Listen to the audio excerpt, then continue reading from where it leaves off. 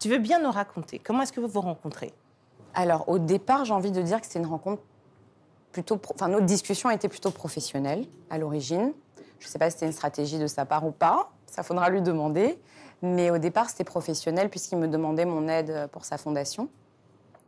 Mais très vite, je pense on est peut-être d'abord devenus amis, parce qu'on s'est rencontrés dans un contexte où moi, j'avais eu un accident avec ma fille, etc. Donc lui, qui a eu tellement de bobos lors de sa carrière, a été un soutien indéfectible pour moi. Donc ça a été une rencontre tout de suite très...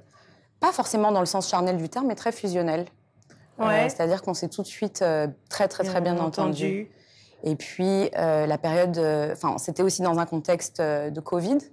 Donc, on était tout le temps ensemble. Et je crois qu'on a fait le choix tous les deux, de manière très spontanée, je pense, d'apprendre à se connaître sans masque. On a été tout de suite très honnêtes sur qui on est, sur ce qu'on veut, ce qu'on peut, ce qu'on peut pas. Donc, notre rencontre a été tout de suite très forte, ouais. Là, tu le décris, Didier, comme un homme ordinaire, mais tu as quand même en face de toi Didier Drogba. Oui. C'est une grande célébrité, c'est une grande star.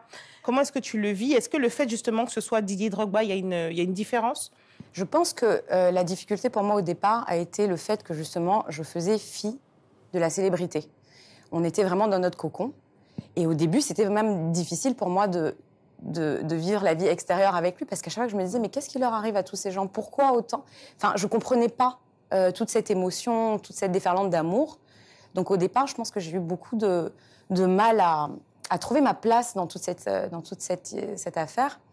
Mais il a été très patient et très pédagogue.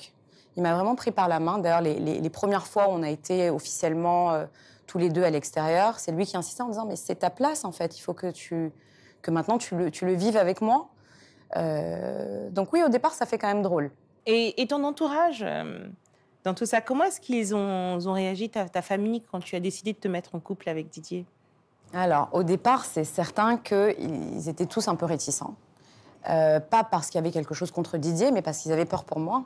C'est vraiment juste pour me protéger, en se disant « Mais attends, tu vas être avec une célébrité, tu vas être exposée. » Enfin, dans ces cas-là, on espère qu'une seule chose, c'est que ça marche véritablement. Est-ce que tu es sûre d'aller dans cette direction-là?